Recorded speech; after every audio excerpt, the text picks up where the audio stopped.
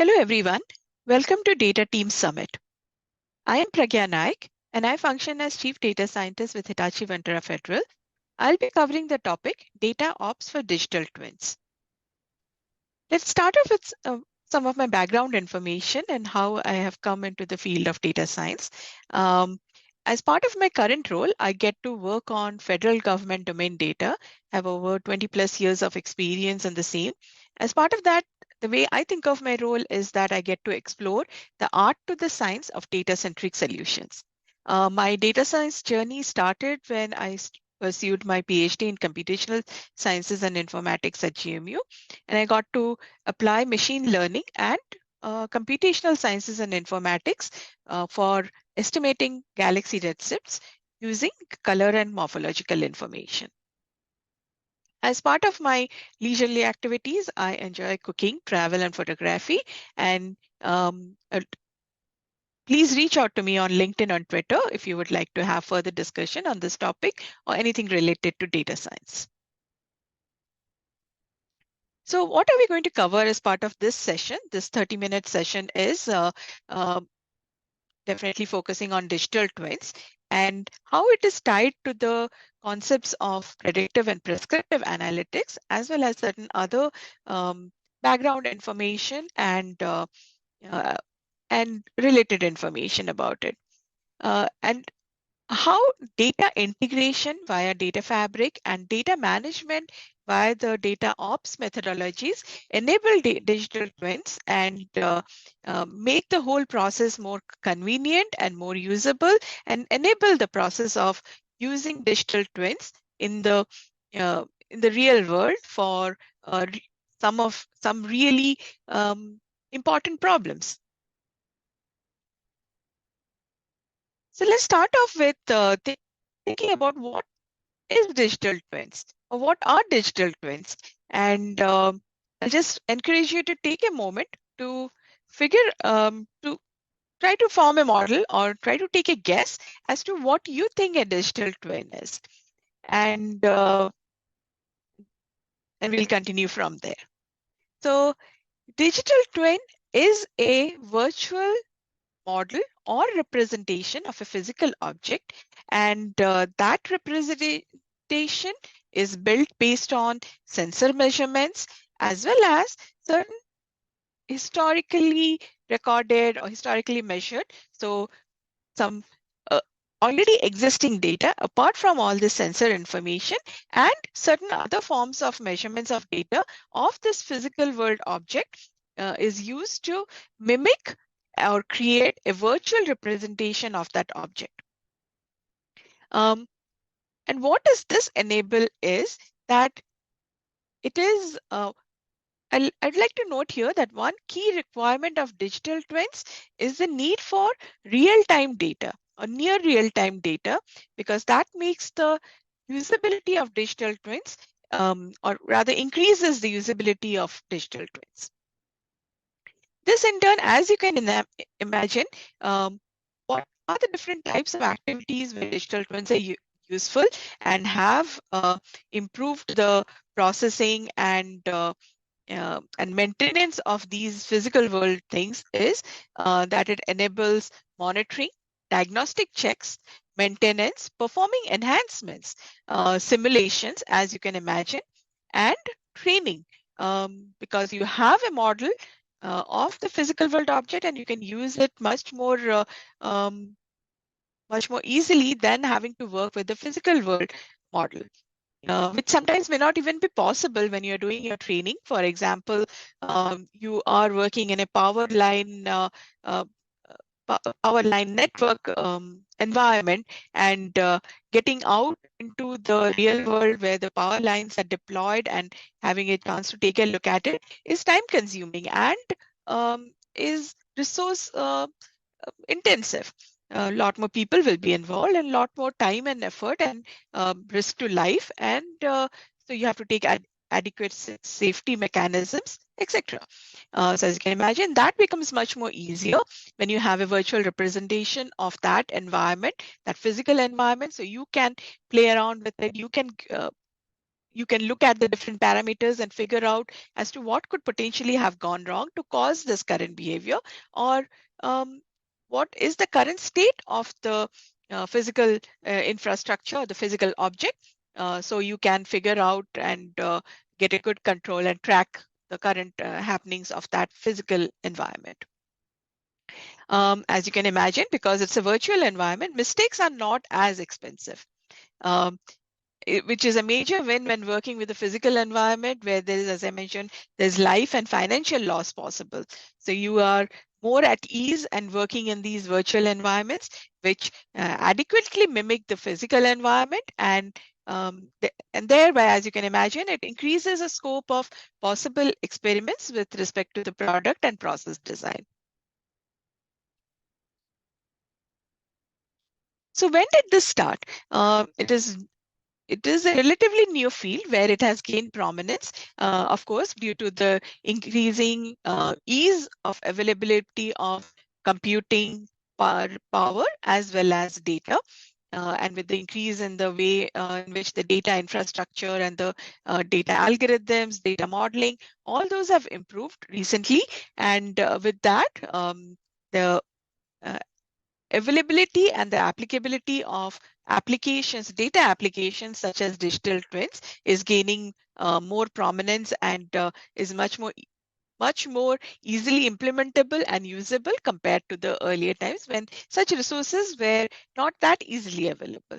However, the digital twins concept is not something brand new, or it is not something which has come in the last few years. It has been in some form or the other been around since the 1960s when NASA flight crew training was for space missions, used a similar technique where they mimic the spacecraft so that the flight crew can train in that virtual environment instead of having to spend time in the real spacecraft. And they were also able to debug a major issue with the Apollo 13 when uh, when it ran into an issue, and they were able to uh, do a lot of diagnostic checks and debugging using the data which they had in the virtual environment. Cut forward to 1991 when there was a book published called Mirror Worlds by David Gerlter, and that was another point of history where a digital twin concept uh, got some discussion and gained popularity.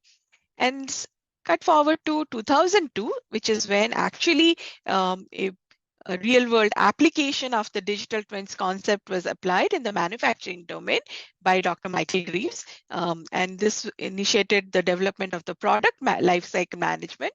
And moving on to 2010 is when the term digital twins um, got coined.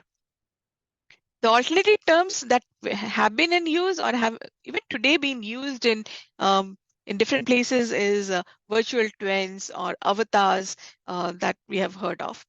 And cut forward to 2018 when US DoD's digital energy engineering strategy included a definition for the digital twins, where it talked about how it is an integrated multiphysics, multi-scale probabilistic simulation of an as-built system. And it talks about the digital thread, which talks about the connection between the physical object and the virtual object. It makes an interesting read. 2022 was a significant milestone in the digital twin world because it was first time that a country was able to digital twin itself, and that is Singapore.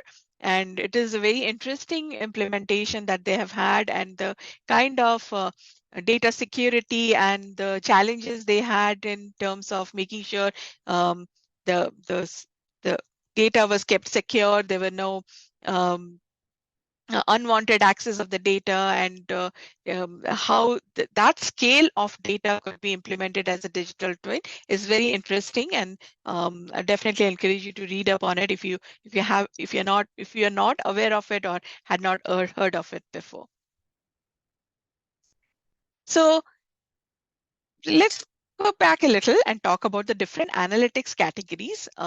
They primarily fall into these 4 categories. Digital twins falls in the space of predictive and prescriptive analytics. As you can see in the examples, descriptive and diagnostic are more in terms of the data which has been measured and what has happened in the past, whereas predictive and prescriptive are more about what will happen and how can we influence to make it happen.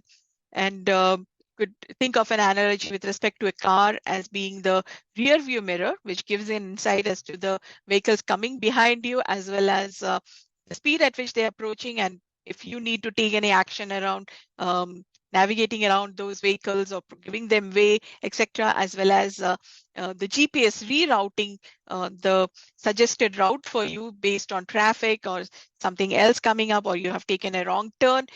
So think of digital twins as applicable in those type of problems.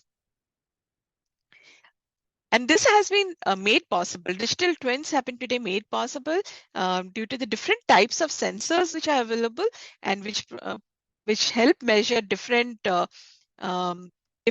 phenomena like temperature, gas measurement, as well as heating, and various other things related to that, via which we can get various measurements and use that to get an understanding of the current state of the system and able to model that and get a good virtual representation of the physical world.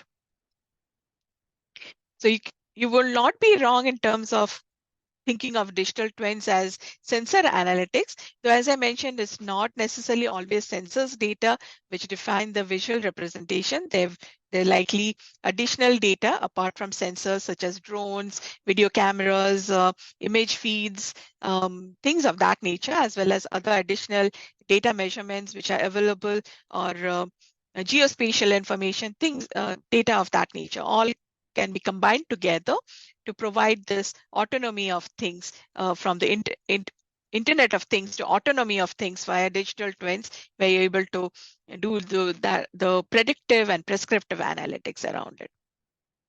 So how does the digital twin work is that the physical object, if you think of the digital twin environment where sensors are the prime sources of data, the physical object is fitted with sensors, and then the measurements are transmitted to a processing system. This processing system will filter the data based on whichever data it thinks is of interest, or there may be certain redundant data that it needs to eliminate so that there is not duplicate data being used as part of the decision-making process or whatever predictive and prescriptive analytics applications you are preparing. So that data needs to be filtered as well as enriched with any other additional data which is available that is not from those sensors, and combining them to get a good solid data. And that needs to be applied to the digital copy of the physical object. And then after the analytics is performed on that data, the insights that one derives from those analytics applications or data analytics are fed back to the physical system. So this gives us a closed loop system where sensors are providing data to the virtual representation of the physical copy, and based on the different experiments and simulations that are being performed on this virtual copy, that is again being fed back in some form to the physical system to help improve its performance, or whatever other objective that may be as part of this exercise. Now, are digital twins same as simulations? Not really. There is a difference. The difference is in terms of scale. You could consider digital twins as definitely a large scale simulation, both in terms of the number of processes, both in terms of the number of objects which may be being tracked as part of the virtual representation. The key requirement of real-time data that needs to be provided from this physical object to the virtual representation, and that makes digital twins more performant and different from the old world simulations that we are all kind of most familiar with. And this closed loop system is what gives it the unique advantage as compared to when you are talking about simulations versus digital twins. So when we talk of filtered and enriched data, that definitely brings us into the space of the data management problem and data fabric. Now, how are both those tied to digital twins is the focus of the remaining half of the talk.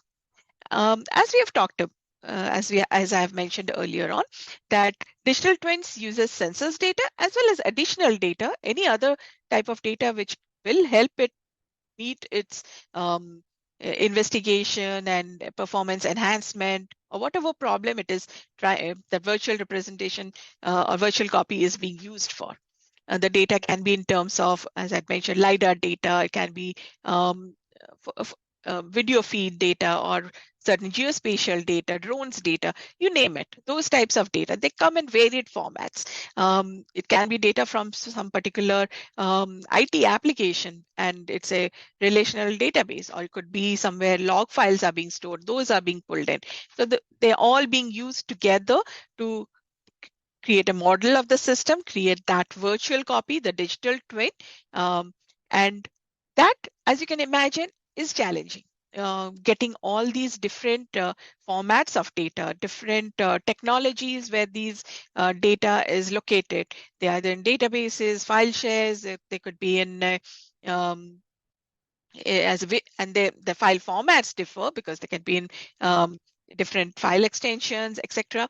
So as you can see, this complexity increases a lot, and the but that is also the reason that you have these different types of data, and then additionally there are multiple different domains where this type of solution is applicable and is currently being used at actually. That is in the fields of manufacturing, energy, oil and gas, power utilities, aircraft and rail car design, because they can continuously measure from the physical copy and use that to figure out different design decisions. They can take more smart design decisions based on all these measurements which are available from the physical copy, and uh, they can uh, they can try out different options without the risk of impacting a super expensive, uber expensive physical device. So as you can see, that improves the whole design process, makes it much more, you're able to increase the scope of all your experiments and try out different parameters, try out different patterns which are possible and see which what behavior emerges and accordingly take a decision and move forward with that as your design.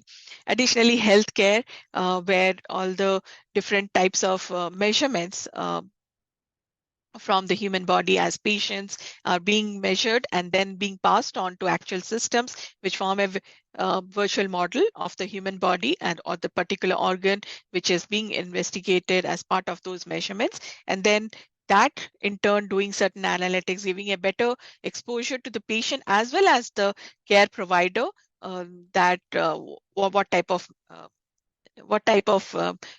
pattern is emerging in the treatment which has been applied to a patient, and how it is impacting them, and getting more detailed insights into the treatment process. Urban planning, city planning, as I mentioned, like the country of Singapore has a digital twin now.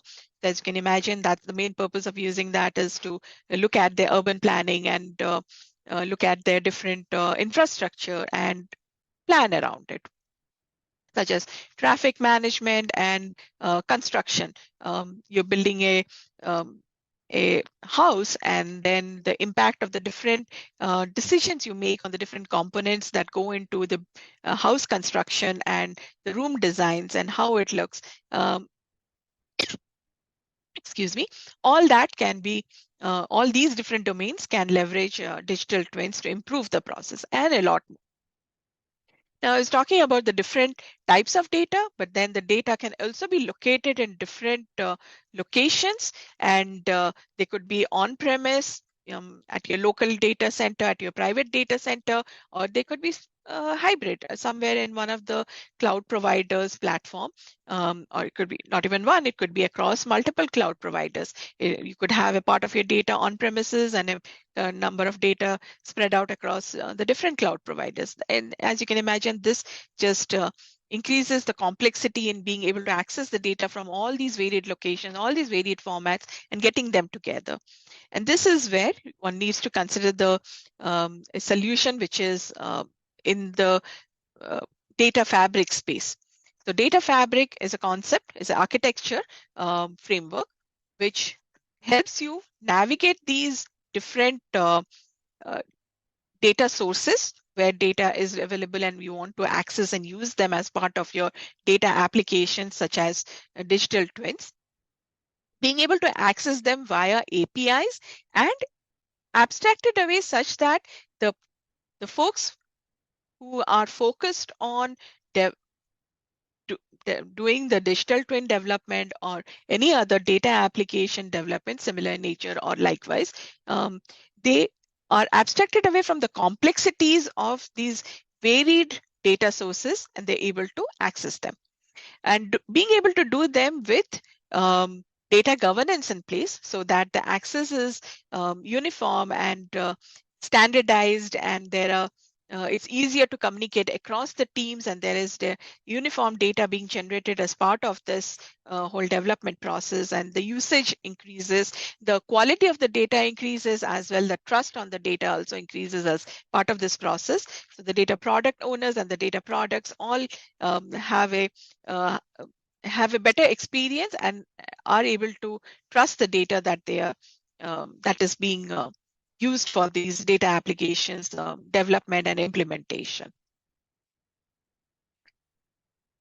So you talked about data fabric is a data-driven decision intelligence enabler. It is an architecture framework. It is meant for hybrid infrastructure and the multi-cloud type of setups that one can have.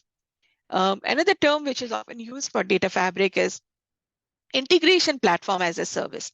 So data service is orchestrated to standardize and remain consistent in performance, which enables real-time data integration across that varied types of technologies and platforms where your data may be spread out, and enabling those data-driven operations, leveraging machine learning for the automation required in terms of the patterns detection as well as outlier analysis, both in terms of looking at regular numeric data, categorical data, all these different types of data types which are possible.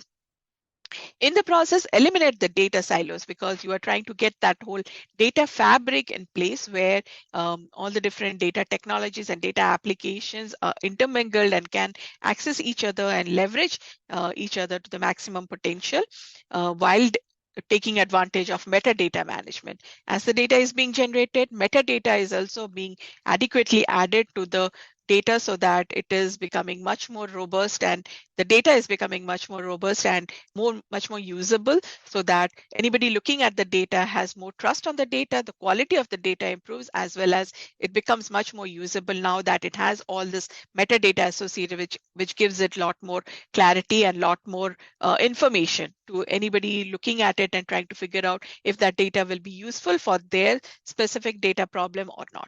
And in this case, when you're working with digital twins, as you're trying to figure out which other data is useful or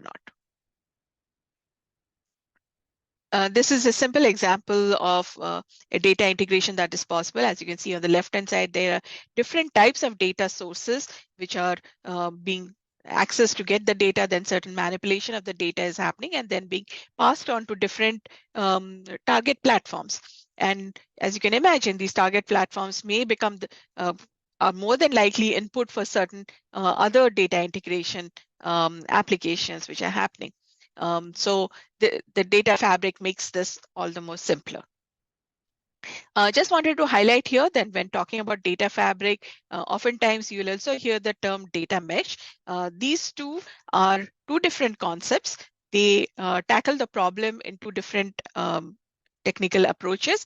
Data mesh is a more of a decentralized approach where the data is distributed across different domains. Like your HR could be one set of data, your science team could be one set of data, would be one domain where they have their own separate responsibility, their own data, and your IT team could be another domain. They have their own data, and being able to merge all these things together in a bottom-up manner is data mesh, whereas data fabric is more centralized, more top-down. So there are APIs which get to the expected approach is that there are APIs which can be integrated and they can be abstracted out so that it provides a uniform interface to be able to access all these data from a top-down approach. But that being said, both are not mutually exclusive. Now you have all these different data sources which you need to access for your purposes. And as I mentioned, if I can't trust the data, I'm definitely not going to use the data. So how do we tackle that problem so that all the effort that is going on in terms of cleaning up the data, getting data merged together to have additional value, that effort is useful for somebody else down the line, and we do not lose that knowledge, is by tapping onto the concept of data curation, so that actions which are needed to add value and maintain these digital assets over time for current and future generations of users are being addressed. And that brings us to data governance, which is the overarching umbrella which makes sure that data is being standardized. There is a shared language which is being used across the different teams, and it is the terminologies being used are not very IT specific, are not very database like the lowest level table, column name, that specific, but rather more in the space of the domains and the different concepts around it. So having more user-friendly names, and which also called as the tags or business terms or metadata. So using business terms uniformly across the different divisions who are associated with the data pipeline and the data management, and makes easier communication across the different varied teams, some with focus on the business aspect, some with focus on the computational aspect, some with focus on specific data science problems that they're trying to address using all these available data. So being able to orchestrate the people, process, and technology, automating repeatable operations, and measuring the data quality and the data shift that happens, because the data will change over time, and I wouldn't say will, most likely it'll change, but being able to track that is important, because if the data shift happens, the nature of the data changes, then it is something that should be measured and tracked and made and be made aware, so that the data solutions can, if they're not already appropriately tracking that data shift and accommodating it and still continuing to function as expected, then additional actions need to be performed so that the data shift is not making the data solution in place unusable. So this will in turn help data catalog is required in that process, because that enables search of the data, as well as creating that business terms list, which is also referred to as a glossary. So getting them all that information compiled and made available so that the data can be searched and used and maintained over time. And having that as terms of a knowledge graph so that it's easier to navigate the available data and the relationships with the business terms being used in the process for ease of understanding by the different members of the data team. Providing this should also provide an Amazon-like search experience so that one can look for and find relevant data based on whatever problem that they are trying to tackle using a data-driven approach. So data fabric is a concept, not a product. The data management helps get you to that single source of truth, increasing the value of the asset and enabling for the richer and smarter data-driven solutions such as digital twins, which is essentially in the space of what-if analysis with near real-time data and trusted data. If you have any questions, that is all I have for today. If you have any questions, please reach out to the various communication channels. Thank you for your time, and I'm available for any questions. Thank you.